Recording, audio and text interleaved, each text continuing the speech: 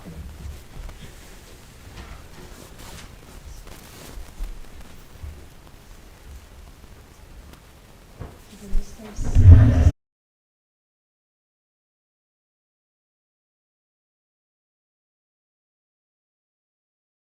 Shape of the day, so yeah, welcome if you just arrived. So, yeah. Is that all right? Is it all working back there with you, Patrick? Yeah, just about. Great. Good. So,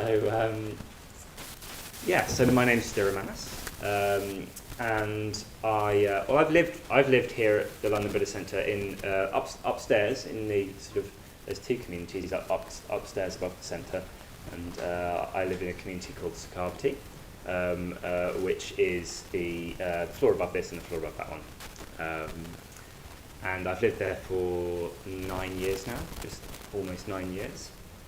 And so in a way, I'm going to talk a lot about Sthiramanas. I'm partly going to talk about my experience in community. I'm going to try and talk a bit more principially because we'll hear more from others, but a lot of what I'm saying is kind of coming from my own experience living in that particular community. But actually, I want to start by talking about Sthiramanas a bit more broadly than that. I've lived in the community for 9 years. The community itself has been going for almost 50. In a few months' time, it'll be 50 years. And that's before the London Buddhist Centre opened.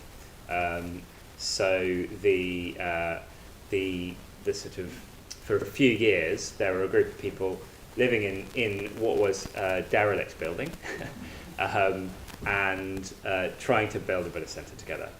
And in doing so, they were not only trying to make this place that we now have possible and bring that into being, but they were also one of the earliest kind of communities. That was one of the largest sort of, in a way, experiments in living together as Buddhists. And the name that was given to that community, and actually the name that was given to not just the community, but the building of the London Buddhist Centre, and in a way the kind of whole project of trying to bring a Buddhist life into being in this area in London was called Sthiramanas. So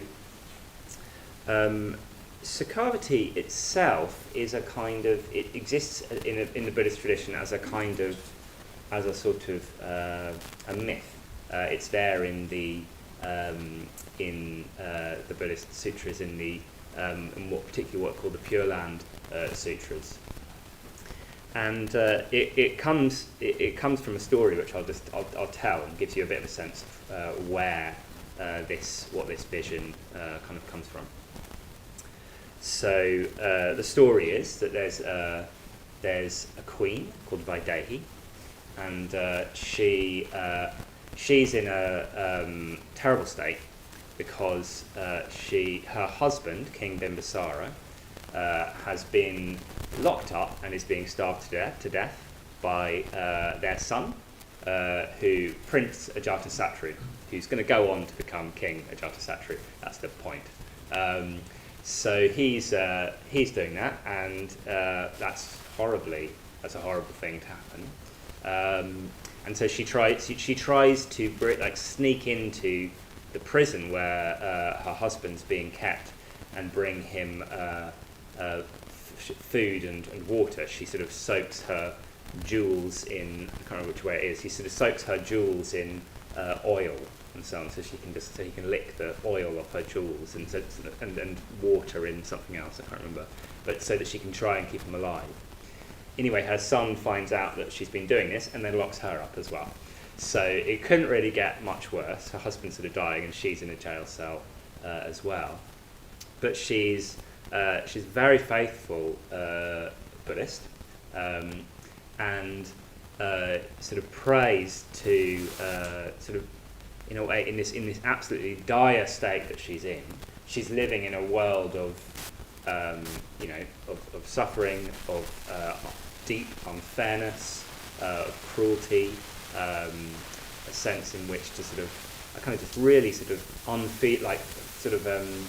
devoid of human feeling, which is at its worst, isn't it? The idea of a son sort of locking up locking up their parents, living in this cruel world, pray to the Buddha for something that comes beyond that. The Buddha in this sutra, the Buddha appears to her in a vision or of some sort, and she asks what can do, how can I help?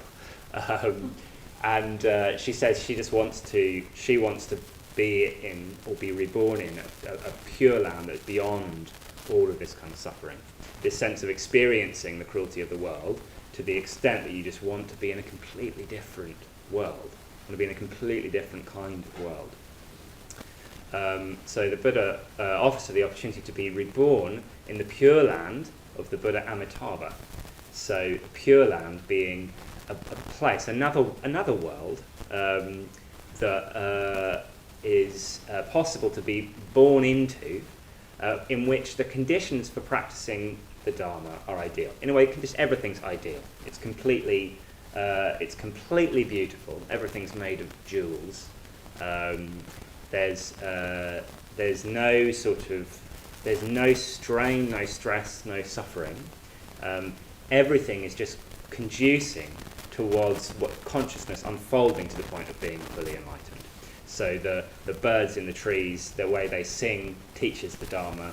There are Buddhas underneath all the different trees, which are all themselves made of jewels, etc. It's been described very vividly, and the Buddha actually teaches Queen Vaidehi a kind of a meditation on this, to sort of visualize, to imaginally bring to life this perfect world, and so that it can kind of become a reality, both in terms of it becoming a sort of an imagined reality to the extent that it's actually something she might be almost literally reborn into, but there's a sense of like imagining something into being, yeah. So having a strong enough sense of what an ideal world might be like, so that we can actually start to inhabit it more and more. So so Sukhavati, the London Buddhist Centre, the communities, the businesses, the cafe, the Mandala Cafe next door, Lama's Pyjamas down the road, etc. All of that is existing within this. All of that is Sukhavati, really. All of that is existing within this vision of trying to imagine and bring into being a world that we really want to live in. It's very possible, isn't it, to look, especially to look around us, to look at the news, to look at the unhappiness you see on people's faces on the tube, etc. To just feel like this, it's not sort of, it's not enough somehow. It's too awful in many ways. It's too sort of dry, lacking in kind of human connection. It's too finite, etc. There's a desire to want something more than that, and in a way the whole project is trying to do that. So in a way we could get quite a sense of that if we go on retreat. You get the sense that you make on retreat you're changing the conditions in which you're living, both internally through doing lots of meditation, through doing lots of ritual, through reflecting on the Dharma, but also externally, all of the kind of the normal stuff of your life, your job, your commitments, your phone, which is a big one, the sort of noise of the city, etc. All of that is kind of taken away and replaced by something that is designed explicitly, where the conditions are perfect for practice and for the mind kind of unfolding. And so although we can put internal conditions into place wherever we are, really we need the external conditions to be changing so that can happen, so that consciousness really can unfold. And in a way, community living really just emerged out of that quite naturally. It was people being on retreat. Some of you who've been on retreat will have this same sense of coming off retreat feeling like, I just want to be doing that. Whatever that was, I want more of that. But of course we can't turn our phone off non-stop and never go back to work and so on.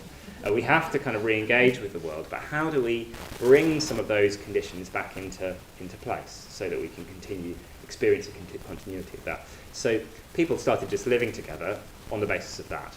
The sense of, well, one of the things that was really good about that was that I was with lots of other people who were practicing in a similar way to me, so why don't I just try and move in with them?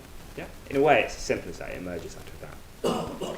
And with that, a vision of what Bhante Sangharakshita, who's the founder of our Buddhist movement, was talking about in terms of a new society. The sense that if we want to, I'll quote him, he says, unless you have something that breaks up the existing social order, your involvement in Buddhism remains academic. Unless you have something that breaks up the existing social order, your involvement in Buddhism remains academic. So we need to not just learn about Buddhism, not just learn to practice a bit of meditation. We actually need to break up the existing social order. There's something quite sort of radical about that. We actually need to reshape a social world in which Buddhist practice is possible to actually work. A lot of traditional Buddhist cultures will have grown up quite naturally over centuries, that a pattern of life might be, not always, but could be a bit more conducive to the kind of practice that we're trying to do. That's not the case here. It's not a Buddhist country. So how do we sort of start to influence that? How do we start to break up the social order so that that's possible? So that we can have modern, he talked in terms of Western, but now I think really the probably more appropriate word would be modern Buddhist institutions and lifestyles, so that we can actually take part in and live out. Yeah. So this sort of new society vision, in a way, mainly takes place on three fronts. He talks about it again. It's very sort of, as is quite typical for the Buddhist tradition, it's quite sort of martial imagery. He talks about a sort of frontal assault on the sort of existing social order, which, to the extent to which that social order is limiting, it needs. Yeah, there's a sort of attack on it. There's a sense that there's all these ways in which my life plays out, like places, contexts, the way that I work, the way that I live, and the expectations around that. This sort of assumption for how my life's going to have to play out in terms of a job and a mortgage and a family and all of that, that we might just feel like we're sort of trapped in by being a person or being a person in this country. You might have not even realised that that's a sort of conditioning that we've grown up with to be expecting. There's ways in which that limits us, and it puts a cap on the potential that we might intuit that we have for a kind of limitless growth that the Buddha is trying to communicate to us. So in a certain sense, we need to disrupt that on several different fronts and try and bring something new into being. And so these three different fronts are taking on the sort of the traditional structures of home, family, that might extend to sort of flat share or whatever, the sort of the norms of that, and to the extent that they limit us, and bringing into being a new way of living together, a new kind of home, if you like, which is the community, and I'll say more about that, the residential community. But also, he's talking about the work and our usual structures of work, which might be, which are limiting in other ways. This sense that we're given a certain amount of money, and then there's certain things expected of us. So we're kind of being paid off for spending time doing something that we don't really want to do, and even something that we don't believe in, even something that we feel like is doing something negative in the world. We're kind of being paid off for that, so we just sort of turn a blind eye or whatever it is, and trying to change that into what has become something called team-based right livelihood. So trying to do ethical work as part of a team of other Buddhists. So the Mandala Cafe is a very, very clear example of that. There's lots of other examples of that around here, including those sort of administrating the centre. But the Mandala Cafe is very, very clear. You've got a team of Buddhists practicing together, and really using their work and trying to create something positive, the cafe, serving people food, trying to make money for the centre, etc., through working together and having to work on their minds in communication with one another and so on. But also, so that's our home life, our work life, and then the only thing pretty much that's left over, if we look in these broad categories, is our kind of leisure time. And a Buddhist centre is the sort of answer to that. This is somewhere, hopefully, we can spend as much time as we like, really. It's open pretty much all the time. It's something we can do in our evenings, come to a meditation class, come to discussion, come to something like this, meet up with people, go to lunch, etc. There's things that we can do together where we're coming together around value, rather than just trying to pass the time, or sort of dull ourselves through meeting up around just having a drink, for instance, or whatever it is. So we're creating these conditions for ourselves so that we can grow. If we immerse ourselves in these conditions as fully as we can, what they're trying to do is provide the opportunity so that we can live our life a bit more like we're on retreat, in the sense of the values of Buddhism and the kind of the practice of that is permeating into all these different areas that we spend our time doing. So we're doing that for us, but we're also doing it for others as well. We're doing it for other people, so that there's this alternative, so that you don't just have to live in the way that we maybe assume we'd sort of have to. There's a choice. We can live in a completely different way, and we're creating that for other people around us, and we're creating that for the future as well. We're building some momentum of a different kind of society, the sort of nucleus of a new society. It talked about the possibility of a new way of living together based on these values that we're sort of nurturing and bringing into being. So it's sort of for the future as well. So speaking more about communities in particular, it's in a way it's a frontal assault on the sort of domestic setup, in a way, of course, some people will live in a family context, and it's not to say that by any means that one can't practice the Dharma, but that there is what it's saying is that there are potential limitations in that for those of us who are able to, we can sort of offer an alternative. And I guess one potential limitation is that there's a bunch of expectations that come with that. If we live in a sort of domestic context, particularly in a family, there's a sort of expectation about everything kind of coming back to the family. There's a kind of insular aspect to that,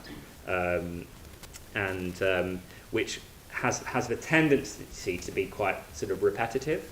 The Buddha talked about it as dusty, which I think is quite a good analogy. There's something a bit dry and safe and predictable, and that to the extent that it's those things, and maybe all families won't be or will be to different extents, to the extent that it's like that, it will be resistant for us changing within.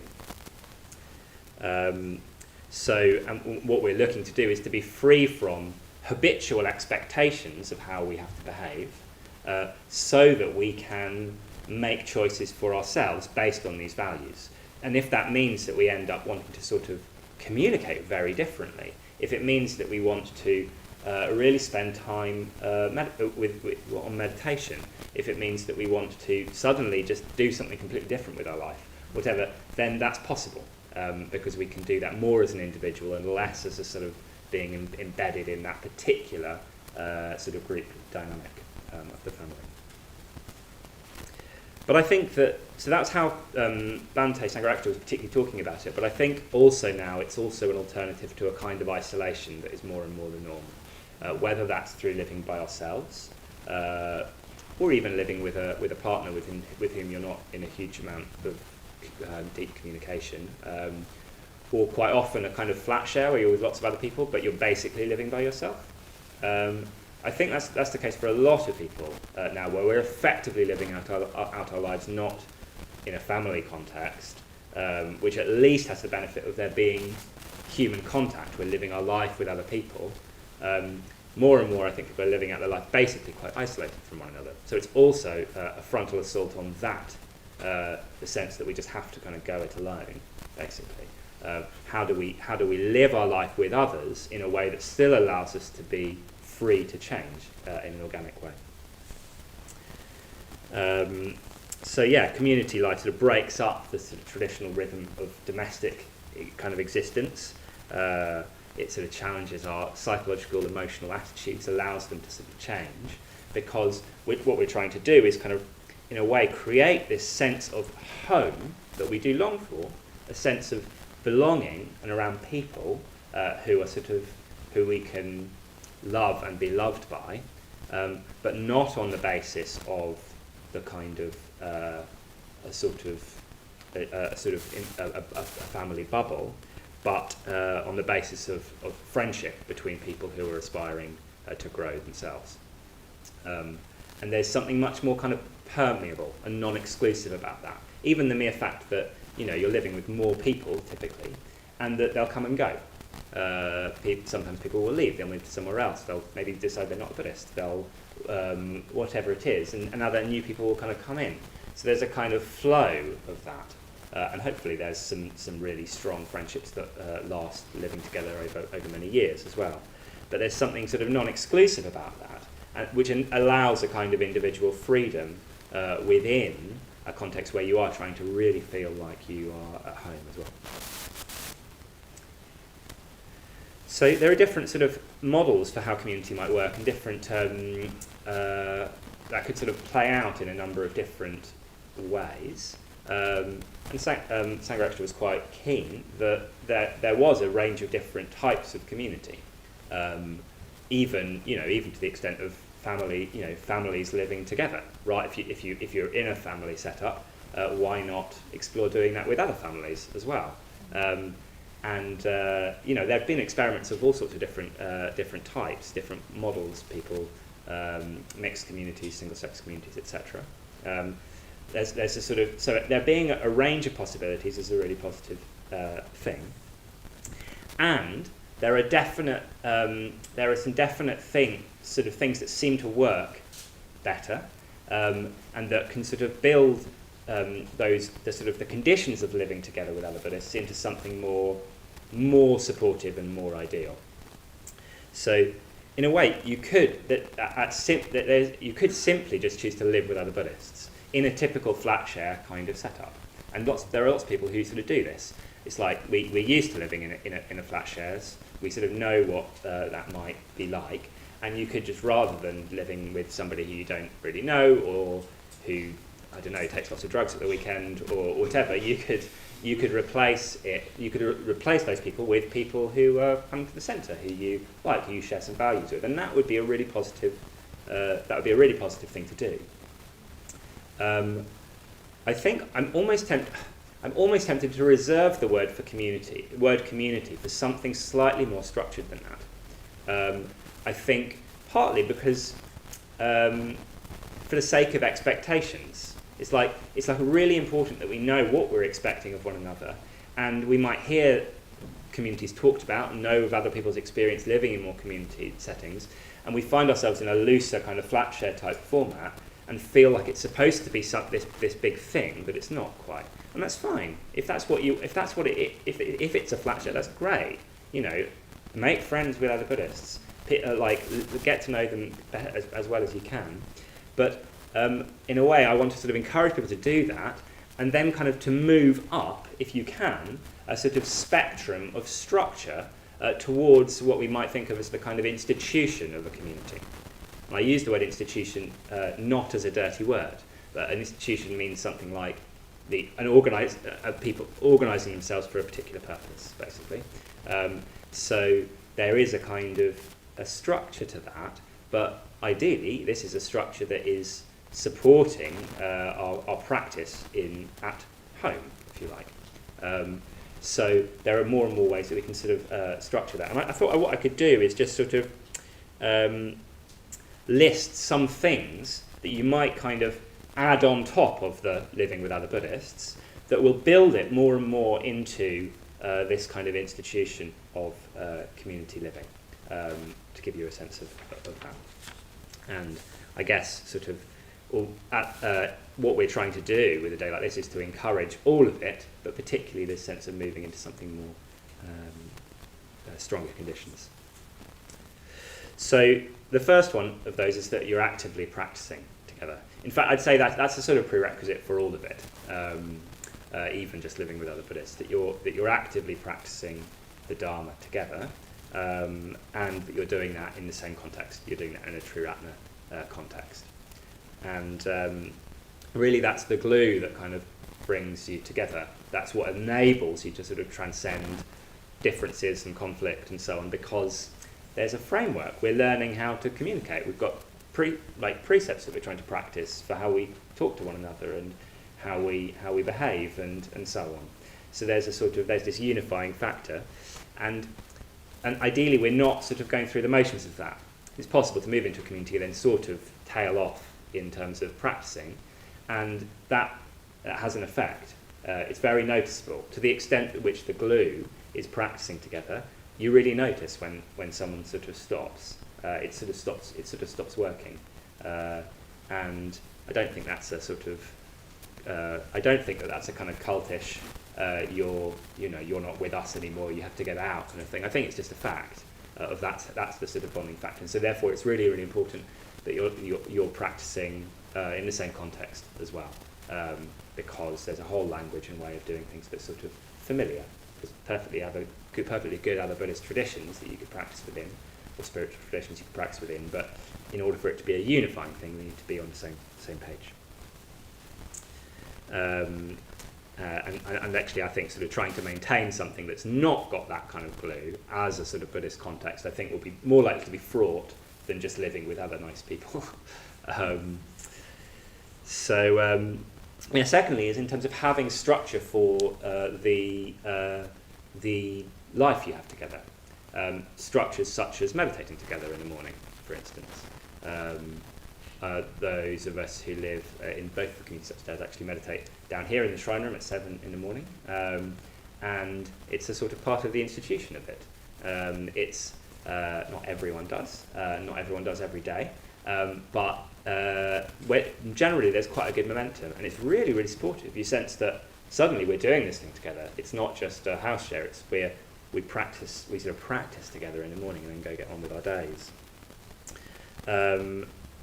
So a sort of structure for practice like that, but also I think the basis in friendship that this is that the community life is playing out requires structure as well. Particularly just time to overlap and time to communicate more deeply, ways that we can spend time together and particularly communicate more with one another.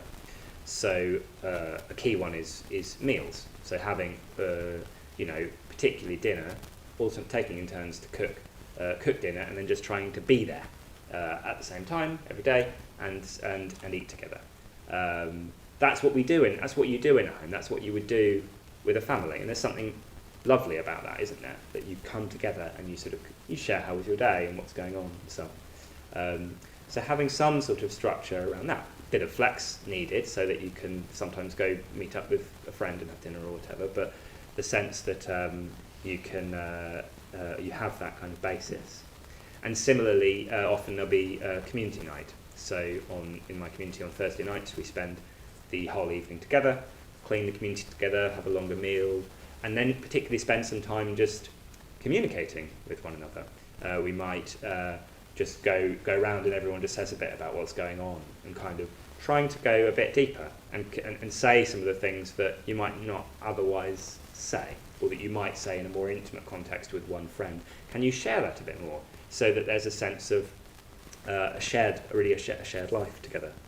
On people's birthdays, we might kind of take it in turns to sort of rejoice in the person and comment on their good qualities and sort of evoke those qualities together to really celebrate someone. It's like a concerted effort to connect and build friendship. Then also, ideally, there'd be some sense of spiritual hierarchy within the community. hierarchy can be another dirty word, can't it? But I mean, basically what we mean by that is the fact that there are those with more experience that we can learn from when we move in. So there's a kind of upwards movement, so that we're not just all on the same level. There's a sense that we're learning from one another and growing through that. One of the Pali words for a disciple is antivasiko, which means lives in, something like that. So the idea was that the disciple would live with their teacher, because in doing so, you're more than just picking up a few meditation tips. You're really seeing what the spiritual life looks like lived out, and sort of letting that kind of seep in. When I first moved into the community, I was living with a friend of mine called Vidyadhaka, who doesn't live there anymore, and he was in the room opposite me, and I always used to go into his room and think, God, this is a really nice room, and it's just very sort of like minimalist, kind of peaceful. Everything sort of seems kind of sort of easy, mature, etc. By a string of circumstances I won't recount, we ended up swapping rooms at one point, and I ended up in that room, and then but that room felt a bit like me. It felt a bit like cluttered and a bit sort of busy, and my old room, which Vidyadhaka was now in, suddenly was like this really kind of peaceful, mature, minimalist kind of, and I think there was something I felt like, that's him. I think gradually, my room has actually moved slightly more towards that, slightly, not quite. But I feel like it's like there's a sort of perfuming effect I've had of just being around somebody more spiritually mature than me, and sort of picking that up. And it takes time for that to kind of seep in. So if there's a possibility of living, particularly with people who've been ordained, but people, there's a range of experience, then you can kind of learn and move up, and then other people can learn from you, etc. And it kind of there's a sort of upwards motion that can kind of come with that, in a sense of training. And that's even just like, especially living with a range of ages. I live with David Mitra, who's in his late 70s, and you sort of learn other things from one another. Like I've really learned a lot about music and literature and so on from David Mitra, someone who's really lived a life. And that kind of intergenerational sort of learning is, I mean, again, all of this used to be much more taken for granted, I think, particularly in traditional Buddhist culture, but even in the UK, etc. That you have much more of a sense of community and learning from one another. And if we're just living with people of our own age, we sort of miss something of that.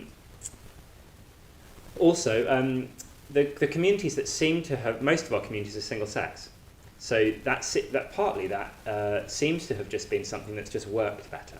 Lots of different communities, as I was saying, have been sort of tried. The ones that seem to last and grow stronger tend to be the ones that are single sex, and I think there's a reason for that. But a large part of that reason is to be discovered sort of in experience. And if you were to join a Dharma study group here at the centre, for instance, you'd be experiencing something of that. Of course, it's not always that straightforward for some people, particularly those who are non-binary. But there's a sense of like, particularly, there's lots of room to sort of communicate yourself and sort of for gender to express itself in a range of ways within those contexts. But in terms of like, there is a lot, I think, that goes on in terms of sort of biological conditioning around sex, but also a sort of social conditioning that comes with that. That means that being in a context with just people of the same sex forces one to kind of fill out a bit more. I noticed for myself particularly, like it's easy, when I was used to spend much more time in mixed contexts, there were parts of me that I wouldn't have to do because it would sort of be picked up by women in the context. One thing that's particularly noticeable in men's communities is that everyone's kind of got to learn to look after each other. So if someone gets ill, you can't just forget about them. And that's happened in a community, and people get really upset by it, understandably, and you kind of have to get a bit better. And in doing so, having to sort of learn some of the qualities that you've usually just sort of left up to others, you kind of collectively have to fill out, basically, in a single-sex context.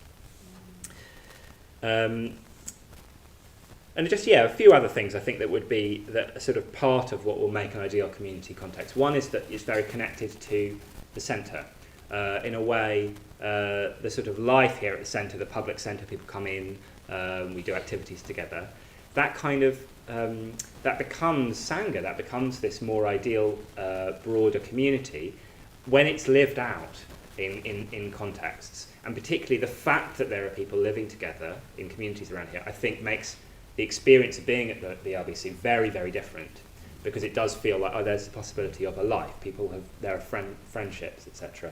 And if your community can be a part of that, people come around for dinner, there's a sense that there are friendships formed that then play out in other contexts, then we're sort of building that life together, and it's also got a broader base than if it's just something we're doing over here. Finding ways to work together. So we talked about team-based right livelihood. Can you live and work with the same people? That's a further. You're really spending time with people. You're really rubbing up against each other. Currently in our community, there's quite a lot of us who work together as well. And those people I live and work with, particularly those I've lived and worked with for a long time, are my closest friends. But in a way, just by virtue of that fact, it's just like sort of inevitable. You spend that much time together. And you're trying to practice, that friendship will form in a very substantial kind of way that I hadn't really had the opportunity before in my life, I don't think. And if you can't do that, can you do projects together? Can you be in a GFR group or a chapter meeting together if you're a training for ordination or an order member? Can you look after the community together? Often that's a really good way. Can you make the space that's yours really nice? Take that on as a project. It's galvanizing and creates this sense that we're not just sort of rubbing along next to each other, we're actually doing something together. And can you share things? Can you share not only your life, or not only sort of, can you share your lives? Can you be open with one another? Can you not have things that are kind of my private world that I only talk to one friend or a therapist about? Can that just be something that we do together? Can it not be a sort of no-go area that we can't talk about? And can we actually just share our stuff as well? Like, the food that's in the fridge is just our food. The shampoos and stuff, that's just ours. Toothpaste, whatever. There is something that is actively working against our tendency to have my bits and my things and all my stuff. If we can do that, if we can not write our name on the bit of food that we like in the fridge, then it does actually create this sense of a home. You wouldn't do that in your home, I think, probably. So how do we make sure that we're like a family home? How do we make sure that we're fulfilling that metaphor that we really want of a real home life with friends? How do we make it much more shared and interpersonal? So hopefully that gives you a bit of a sense of the kind of institution positive institution we're trying to sort of create for home life as a Buddhist. And really encouraging, I really want to encourage you, and just generally we wanted to encourage at the centre people to sort of, in a way, start living with one another and try and move up that spectrum, try and sort of build more and more of those conditions into your lives for yourselves and for others that come. It's something that's potentially daunting. When I moved into community, I had this idea that it was going to be challenging but good for me. And I thought it would be good for me. It'll be like a stretch. It'll be really. And actually, I've just really. The first thing I noticed was that it was just really enjoyable. It was just a really nice place. It's remained my experience. Had its challenges along the way, but mainly I've just really enjoyed it. And it had this sense of, I was living in a flat in Leytonstone just before I moved here, and I had this little Buddhist part of my room where I had a little Buddha Rupa, and I'd meditate. But it was like Buddhism. It occupied this little part of my life, this little sort of corner of my room. And when I moved in here, suddenly it was like it occupied the whole building and beyond. Suddenly I was living in a Buddhist world. The prospect of actually being a Buddhist was real. Rather than something I was kind of having to sort of manufacture in my or remind myself of. And one of the strongest practices of all of this is that it's going against selfishness, basically. By living our life along with other people, our strong tendency for selfishness, which is at the root of all of our suffering, will be rubbed away at painfully. You can't rub that away without it being a bit painful. But that time where you really don't want to wash up because actually you want to do something else, and then someone kind of points that out to you, painful. but maturing. We sort of grow into that. And really we can think of community living not as something that's just for ourselves and our own benefit. One of the ways that Bhante talked about this was that we live in community so that we can help other people to develop. So that it's not just for ourselves to develop. We live there to create the context, to make the friendships that will enable and help other people to grow and develop. And to the extent that that's my experience of living in community, and it is a large part of my experience of living in community, it makes life feel really satisfying. It's like it's an incredibly fulfilling thing to do, to sort of to live your life in a real way for other people, not as a kind of ideal of selflessness or sort of charity or whatever, but to just in the actual day-to-day structure of life, be aware of others and trying to support them in everyday friendly ways, does start to turn the sort of tide of that basic tendency of selfishness and make the prospect of sort of growing, becoming more selfless and larger, more of a real possibility in life. Yeah. So I'll leave it there. We'll go next door and have some tea and some of the nice brownies and things that I saw on our kitchen table this morning. Then we'll come back in and we'll hear. Vi and Andy will interview a panel of people who are living in community, and they'll talk about their experience, and you can ask them some questions as well.